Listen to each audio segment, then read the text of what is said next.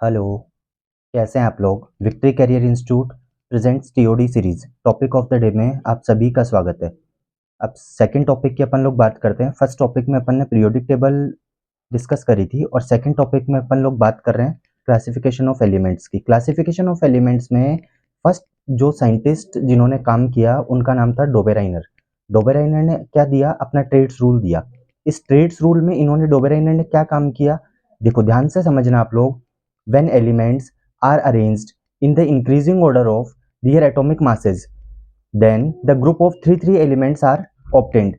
यानी कि जब एलिमेंट्स को एटॉमिक मास के इंक्रीजिंग ऑर्डर में अरेंज किया गया तब तीन तीन एलिमेंट के क्या बनाए, ग्रुप्स बनाए। और इन ग्रुप्स को क्या बोला अपन, ग्रुप्स को क्या बोला अपन ने? ट्रेड्स बोला। बात समझ में आ रही है? इसके बाद में जब ट्रेड्स अवेलेबल हो गए तब अपन डोबेराइनर ने एक्चुअल जो बात बोली उसको देखो।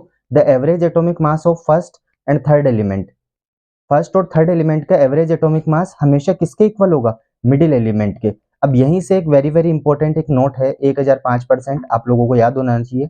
एटॉमिक मास जब भी निकालोगे, कोई पूछे किसी भी एलिमेंट का एटॉमिक मास निकालना है, कैसे निकालोगे? डबल होता है एटॉमिक नंबर का।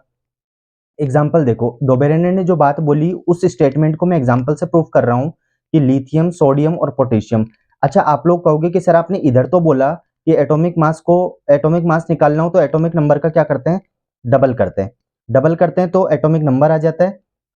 अब यहाँ पे तो लिथियम 3 नंबर पे आता है, एटॉमिक नंबर 3 है तो डबल करके 6 होना चाहिए, बट 7 होता है। तो याद रखना, लिथियम, सोडियम और पोटेशियम ये तीनों ही क्या है? एक्सेप्शन है पीरियोडिक टेबल में एटॉमिक मास के। इनका डबल नहीं होता है, इनका डबल से कुछ ज्यादा होता है। तो लिथियम 3 नंबर पे आता है, डबल करके 6 होना चाहिए, नहीं होता 7 होता है।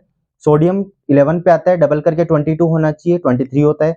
पोटेशियम 19 पे आता है, डबल करके 38 होना चाहिए, 39 होता है। बोलो हाँ ना, क्या समझ में आ रहा है क्या आप लोगों को? अब देखो आगे ध्यान दो।